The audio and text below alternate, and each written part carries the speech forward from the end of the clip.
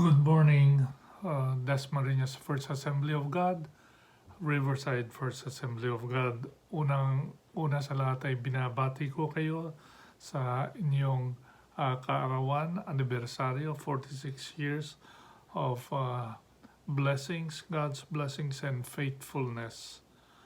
Who could have thought or known that our church in Dasmariñas would reach this milestones. Hindi ko rin maisip na mararating natin ito. Noong narinig ko yung paanyaya ni Sister Len Hardiniano, kung maaari nga ako na makapagsalita para sa inyo, ang biro niya ay kung pwede daw akong maging speaker sa Dasmariñas.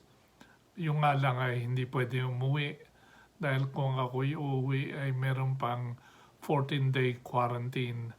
At ipaniliwanag ni Sister Len yon na kung maaari lang bumati ako at magbigay ng isang mensahe mula sa mga luma ko mensahe. Kinuha ko yung pagkakataon na tanggapin ito sapagkat gusto ko ring makarating sa Dasmariñas maging sa kaparaanan ito. Kapag nakikita ko at naaalala ko ang Dasmariñas, lagi kong naaalala sa Dasmariñas ay yung ating samahan, ating simbahan, ng ating fellowship. Pabayaan yung basahin ko ang mensahe ko sapagkat ito ay nakasulat sa English. I wrote this message in English para nang sa gayon ay magandang takbo ng isip ko. Una't higit sa lahat, gusto ko maalaman nyo ang aking kalalagayan dito sa California. Pinupuri ko ang Panginoon sapagkat ang kanyang katapatan at ang kanyang habag at kaawaan ay sumaakin. Noong 2016, June, yun ay magiging 4 years na sa susunod na buwan.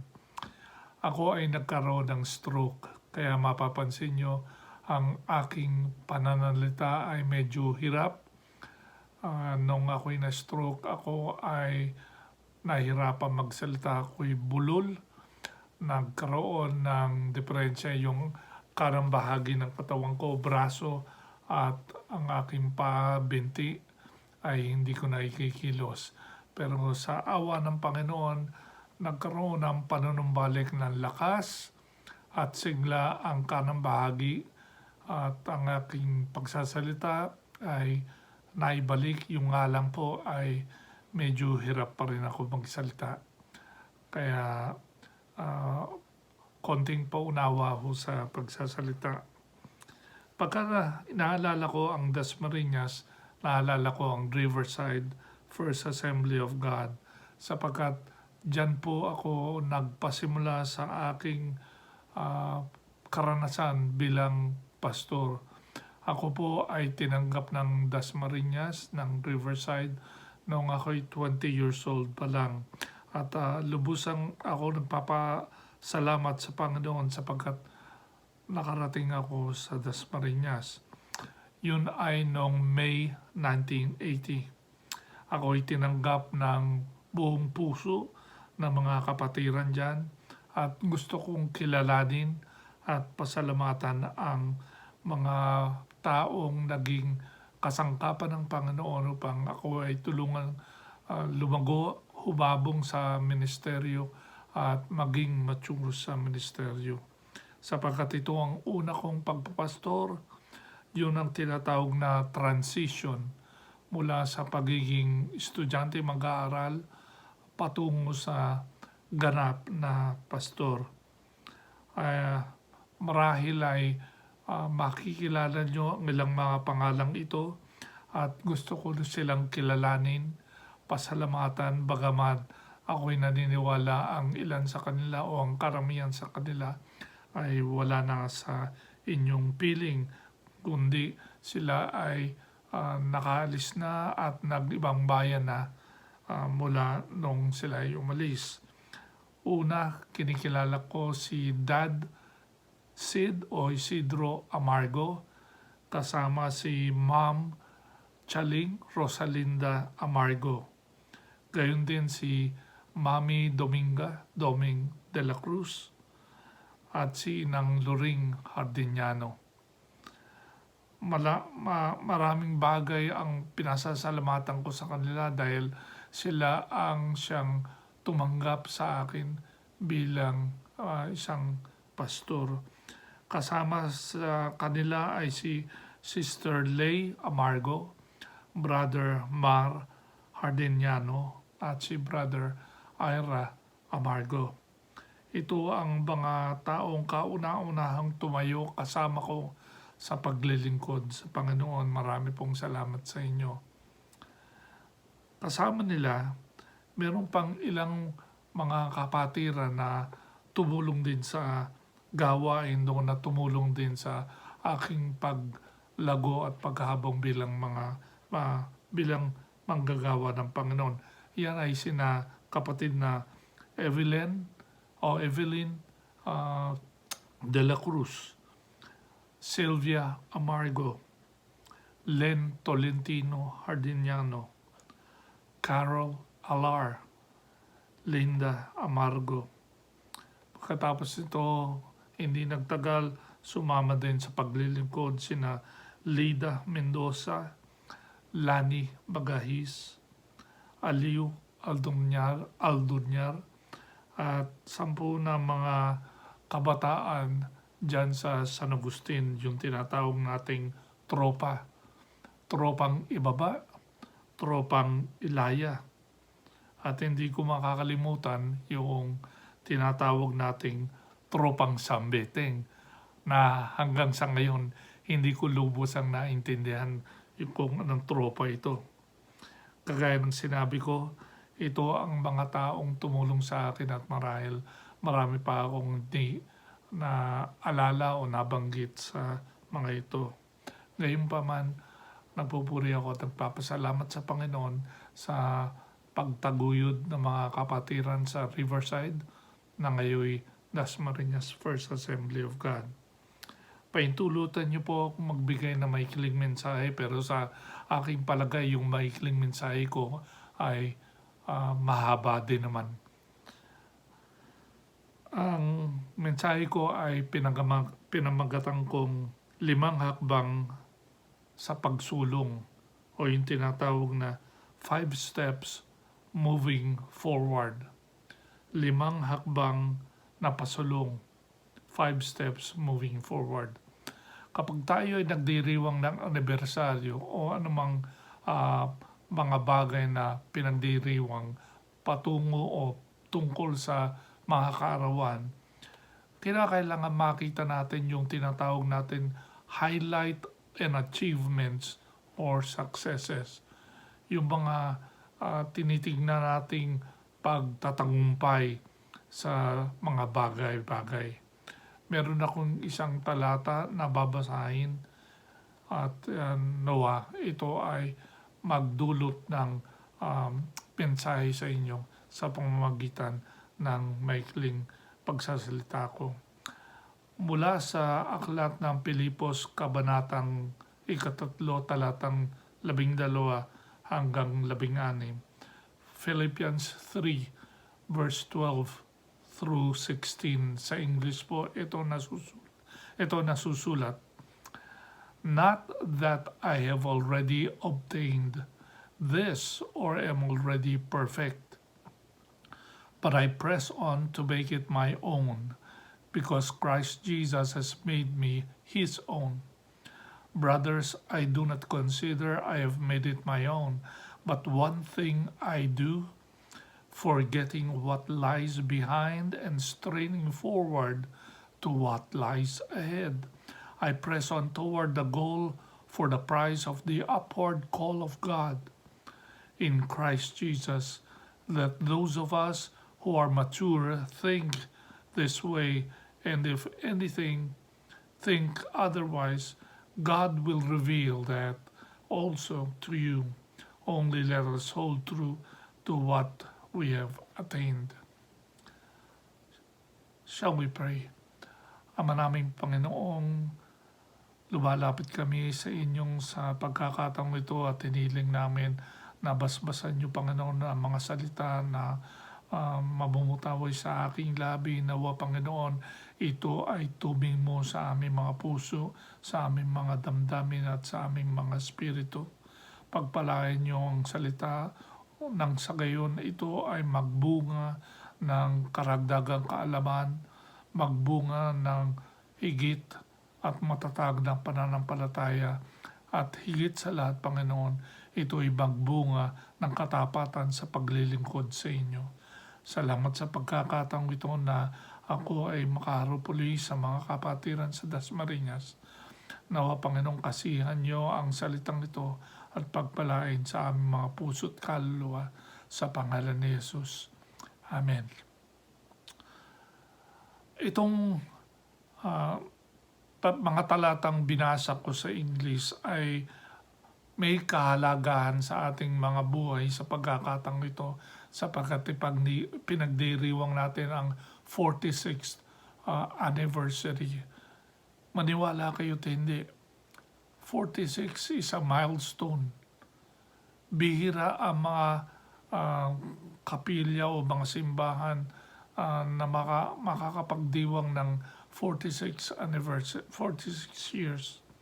Sa pagkakataong ito, sa akin ay ginagawa ko ngayong gabi, nawa makita natin ang 5 mga bagay. Sabi ko nga, 5 hakbang, 5 steps of progress, 5 steps of moving forward. Mga hakbang na pasulong. Ang unang hakbang, the first step to progress, the first step to moving forward is this, because we are 46 years old. Tayo ay 46 na taong gulang na. Meron tayong kinakailangan gawin upang patuloy tayong hubakbang pasulong. Ang una yung tinatawag na evaluation, o sa Tagalog, siniliksik ko to, ito yung paghahalaga. Ang sabi sa verse 13, mga kapatid, hindi ko itunuturing na iyon ay nakabit ko na. Not that I have already obtained it. Not that I have reached it. I do not consider I have made it my own. Ang determination o ang pagpapahalaga ay yung tama o wastong pagsukat ng halaga. Yun ang ibig sabihin ng evaluation. Alam ba natin ang ating pananggaligan? Alam ba natin ang ating kalagayan?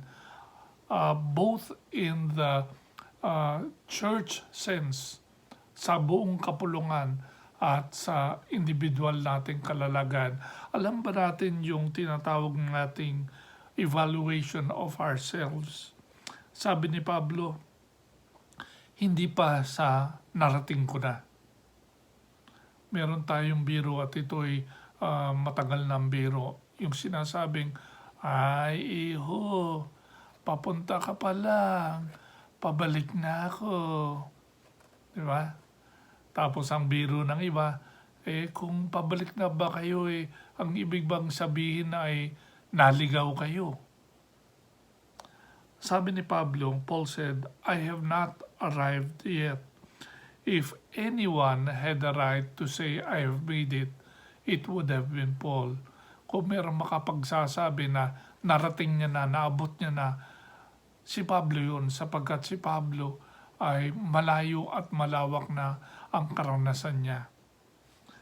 God has not left us, but God has done wonderful things to us and through us.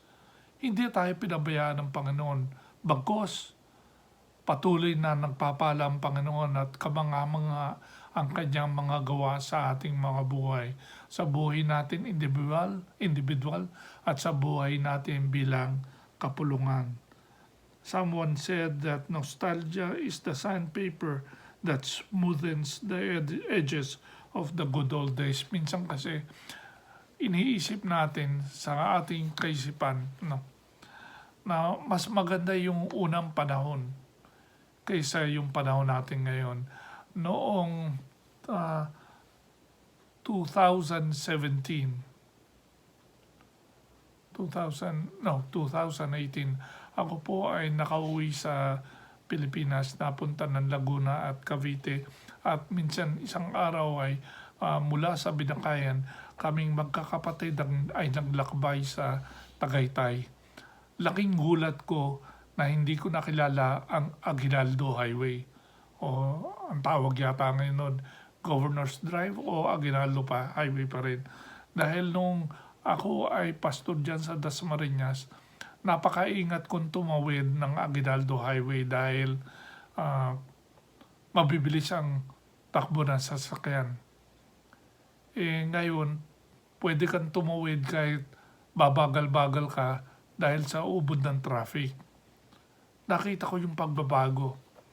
At maniwala kayo't hindi, nung nakita ko yung pagbabago, pumasok sa isip ko yung tinatawag na evaluation. Binigyan ko ng paghahalaga yung unang panahon. Yung unang panahon, parang napakadiling maglakad dyan sa Aguinaldo Highway.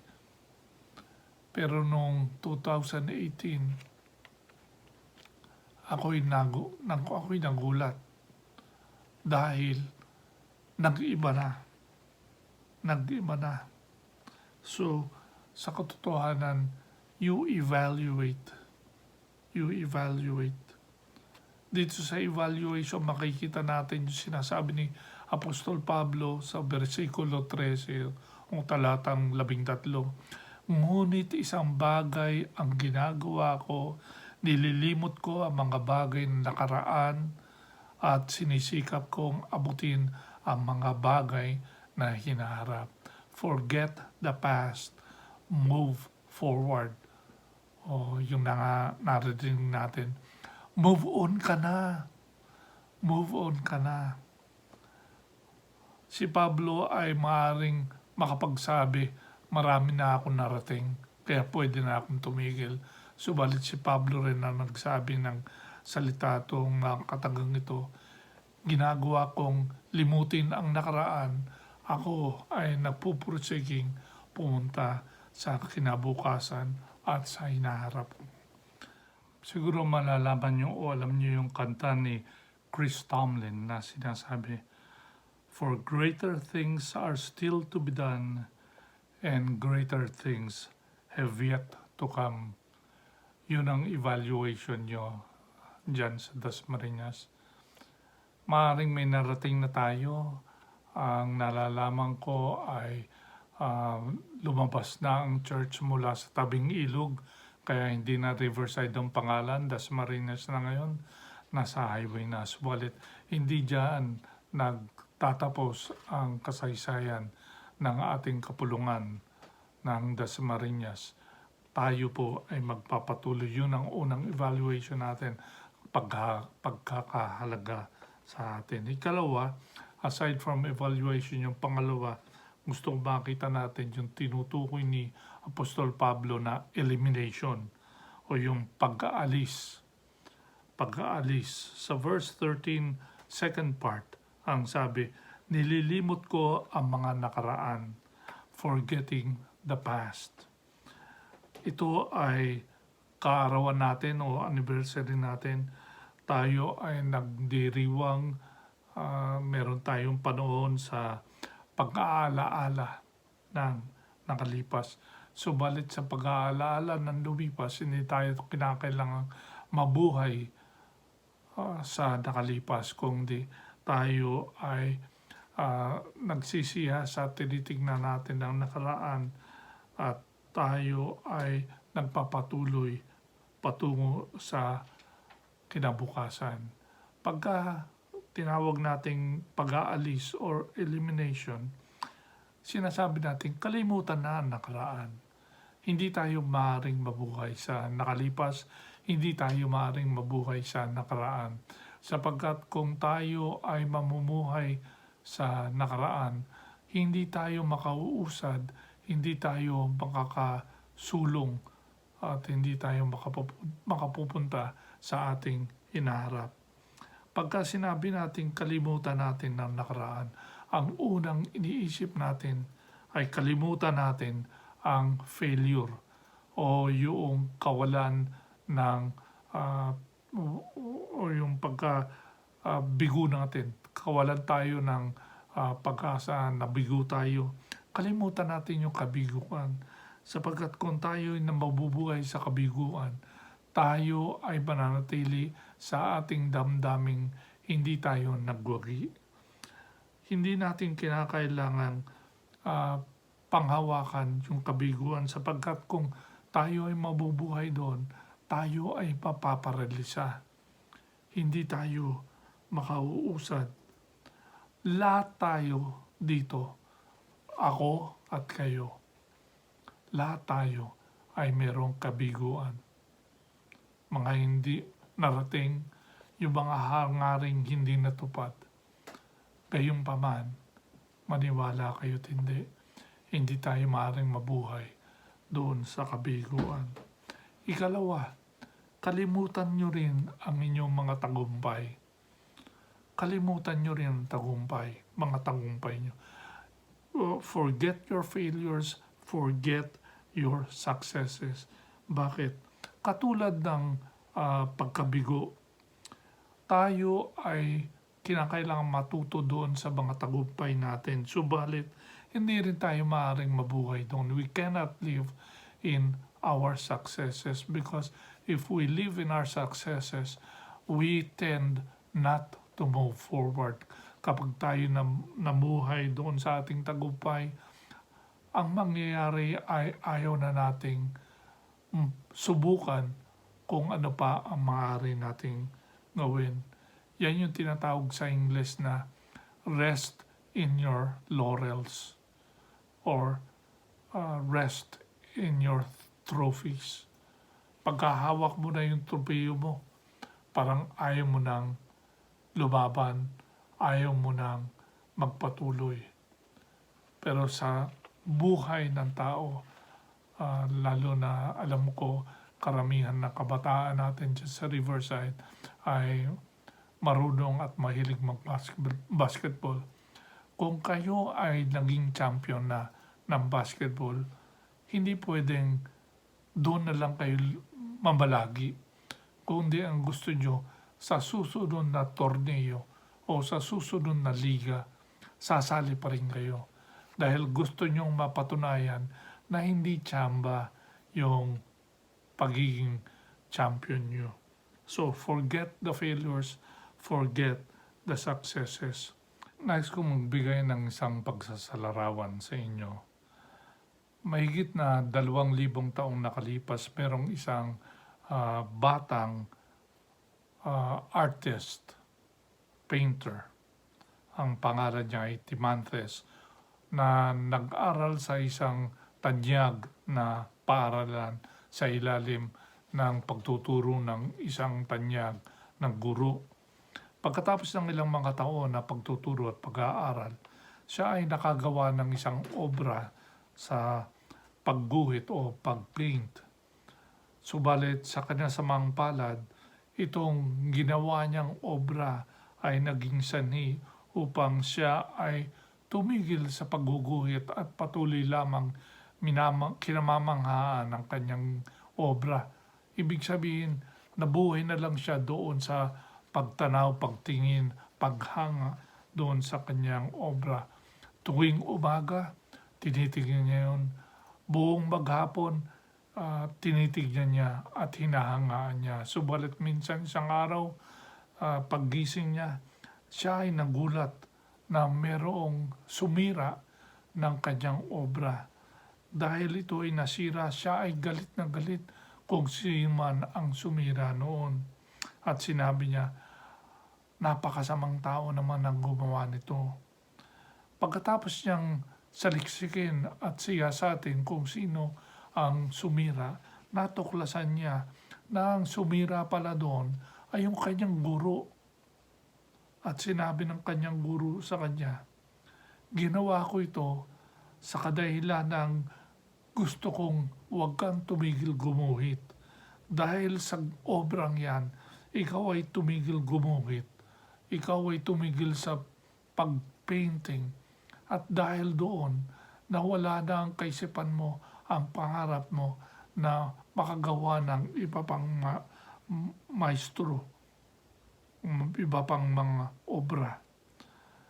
Pagkatapos nito, sinabihan siya ng kanyang guro, kinakailangan na ikaw ay manumbalik sa paggawa, pagguhit, pagkulay. Dahil yun ang payo sa kanya ng kanyang guro, binalikan niya nga ang kanyang pagguhit at ang kanyang pagkukulay. Mga kapatid, minsan ito ang buhay natin sa pananampalataya at sa paglilingkod sa Panginoon. Huwag nating isipin dahil inabot na natin ang tugatog ng ating pananampalataya, maaari na tayong tumigil. Ang sabi ni Apostol Pablo, nililimot ko ang nakalipas, nililimot ko ang nakaraan, ako ay magpapatungo para ngayon ay pinagdiriwang natin ng nakalipas nating 46 na taon.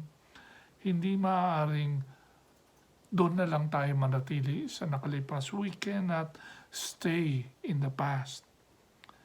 You cannot run a race looking back. Hindi kayo makatatakbo sa isang paligsahang takbuhan kung tayo ay nakalingon. Ang mananakbo ay palaging tumitingin sa kanyang hinaharap.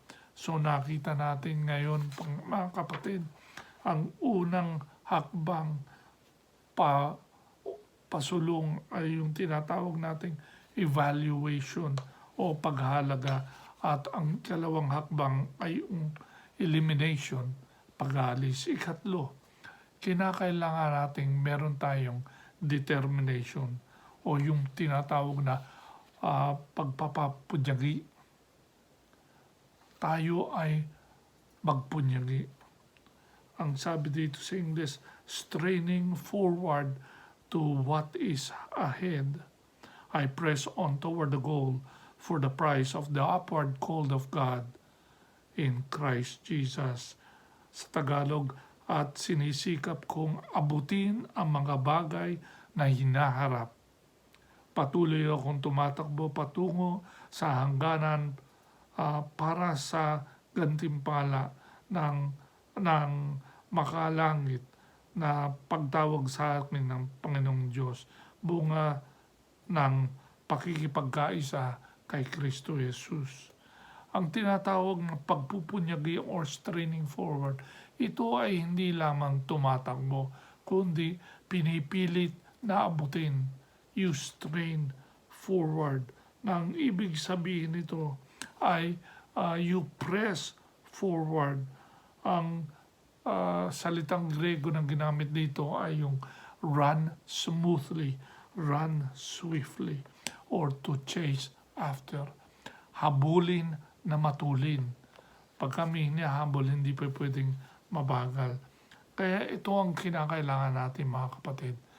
Kung sino man sa atin ay naglilingkod sa Panginoon, tayo ay dapat magpunyagi.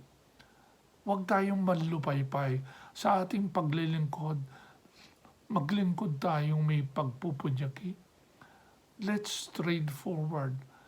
Ang isang mahirap na gawain ay hindi sinusukuan, kundi ipinagpapatuloy ng buong sigla, buong lakas, buong tiyaga. We are determined. We are determined.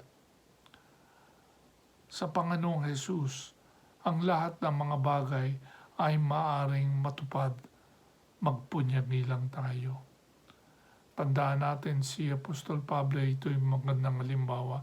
Nung hindi pa siya apostol, siya ay nagpunyaging habulin ang mga Kristiyano upang usigin. Chase after. Kaya lumabas siya ng Jerusalem. Hinabol niya ang mga kapatiran hanggang sa lumabas siya papuntang Damasco. At doon nga siya ay silalubong ng Panginoong Yesus. Yun ang running after. Yun ang dapat mangyari sa atin. Mga kapatid, kung ano man na panunungkulan ang pinagkatiwala sa atin ng Panginoon. Magtiyaga tayo, magpursige tayo, ipagpatuloy natin. Ika-4, pagkatapos sabihin ni Apostol Pablo na you evaluate, and then sinabi ni Apostol Pablo, you eliminate, at yung pangatlo, you have to have determination. Yung ika-4 ay ito, kailangan tayong mahinog sa gulang or grow mature or maturation. Ang sabi sa talatang 15, let those of us who are mature think this way, and if in anything you think otherwise, God will reveal that also to you. Sa Tagalog, kaya tayong mga nasa hustong gulang ay dapat magkaroon ng gayon ding pananaw. At kung hindi ganito ang inyong pananaw, ito man ay ipahayag sa atin ng Diyos. The mature or the maturing believer thinks and lives this way. Yung tunay na lumalago, yung tunay na humuhusto ang gulang ay nabubuhay ng ganito.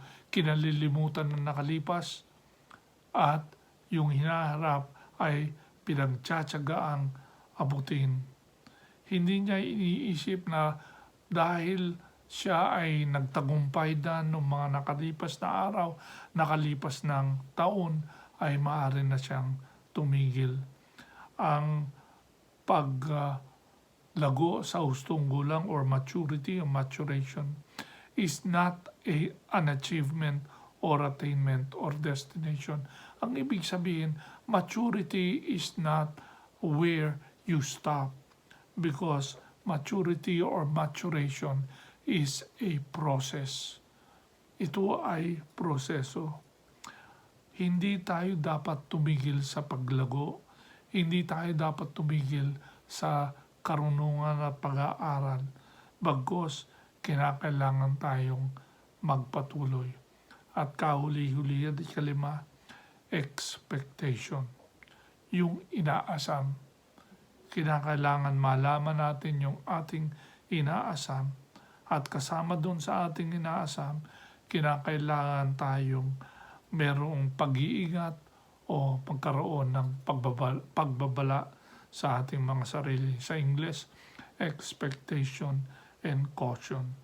Ang sabi ni Apostol Pablo sa verse 16, only let us hold true to what we have attained. Let us hold true to what we have attained. Gayunman, magpatuloy tayong mamuhay ayon sa pamantayang naabot na natin. We have attained, we have reached, pero kinakailangan magpatuloy tayo. Ang sinasabi marahil ni Apostol Pablo o ang kahulugan niya ay ito, mabuhay ka ayon doon sa iyong pananampalataya at ayon doon sa iyong patotoo. Tayo ay tubong mula sa ating pinagsimulan at tayo ay kinakailangang maging marunong sa ating kalagayan. Don't lose sight or lose hold of where we have been. Tingnan nyo yung nakalipas. Pag-aralan natin. Kunin natin ang lahat mula doon sa karanasan na yun. Pero huwag tayong mabuhay doon. Tayo ay tumungo sa hinaharap. Tandaan natin ang isang bagay. Sasabihin ko po sa English to at pipilitin kong isalin sa Tagalog.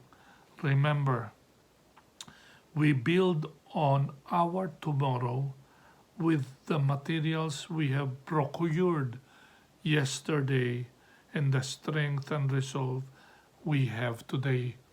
Ulitin ko. Remember, we build on our tomorrow with the materials we have procured yesterday and the strength and resolve we have today. Sa Tagalog, tandaan natin na tayo ay nagtatayo ng ating kinabukasan mula sa materyales na ating binili noong kahapon at sa kalakasan at sigla ng ating pangkasalukuyan. Maniwala kayo't hindi, ganon takbo ng buhay. Alam niyo po, May, June, July, malapit na po ang Nobyembre. Sa Nobyembre, merong anibersaryo na mahalaga, lalo tigit dito sa Amerika. Noong November 22, 1963. November 22, 1963, ang Pangulo ng Estados Unidos na si John F. Kennedy ay pinaslang. Para sa ilan sa inyo, maaaring maalala nyo o may naaalala kayo tungkol dito, lalo na sa history.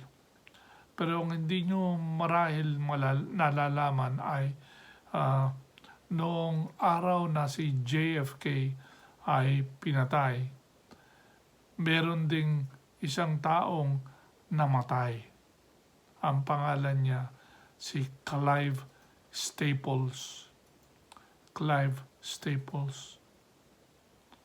Ang mga pahayagan ay nag-focus doon sa impormasyon tungkol sa Kennedy assassination, na walang anumang pagbabadya tungkol sa kamatayan ni Clive Staples.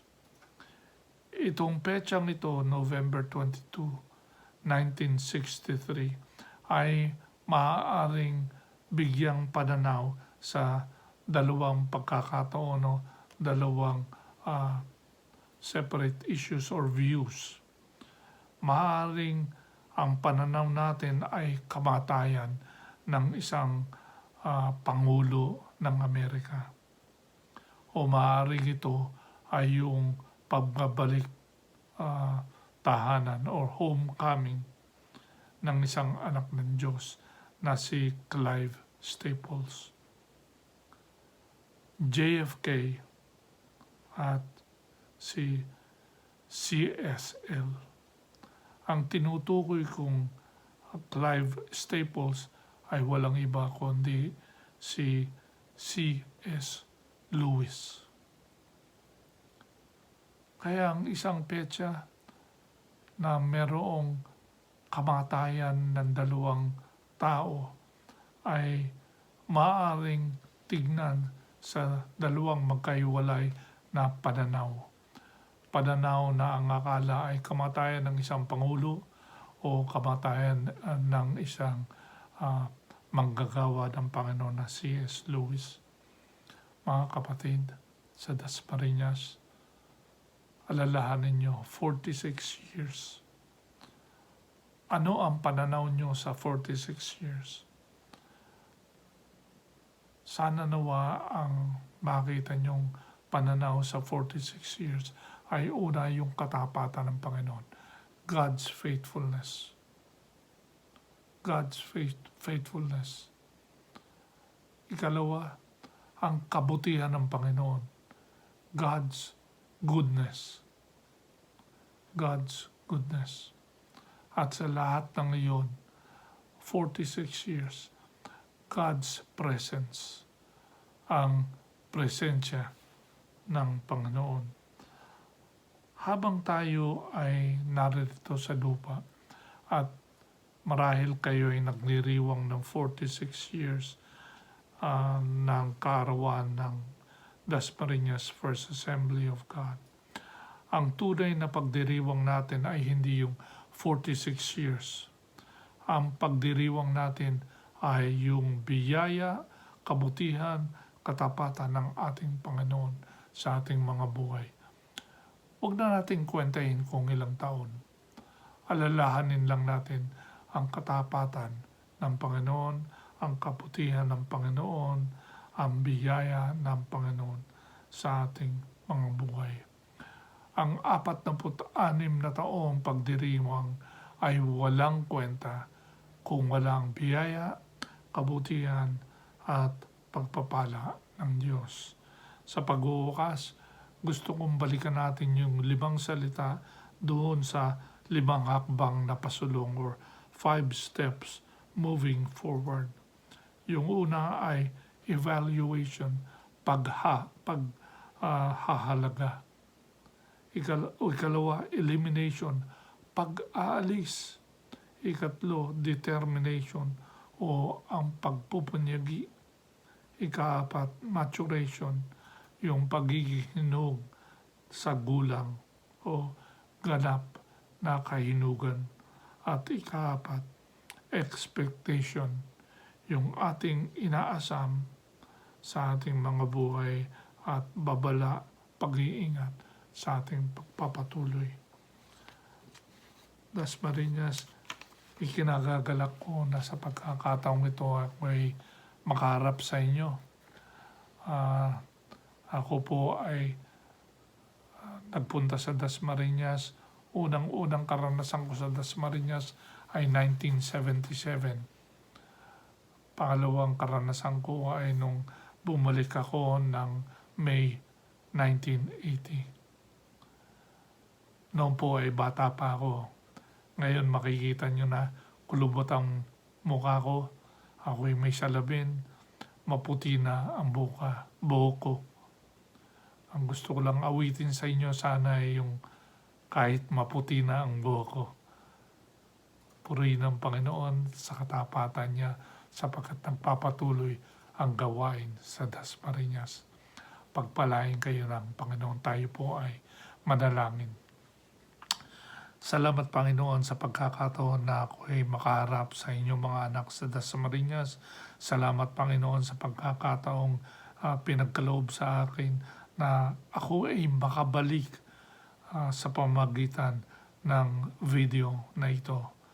Hinihiling ko na magpatuloy ang gawain sa Dasmariñas, magpatuloy na gamitin ang mga kapatiran doon at patuloy na pagpalain ang gawain doon.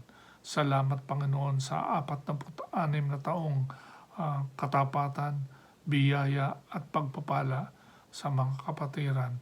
Patuloy nawa o Diyos ang pagbubuhos nyo ng inyong kagandahang loob, habag, biyaya at pagpapala sa Dasmariñas, Panginoon. Inihiling ko na sa pagdiriwang namin ito, huwag naming kalimutan ang iyong presensya sa aming kalagitnaan. Pagpalain mo, Panginoon, ang gawain at mga kapatiran sa pangalan ni Jesus. Amen. Sa church po dito, sa paghuhukas ng gawain, meron po akong palaging sinasabi at sasabihin ko po sa inyo, be blessed and be a blessing. Pagpalain kayo ng Diyos at nawa kayo naman ay maging pagpapala. I miss you. God bless.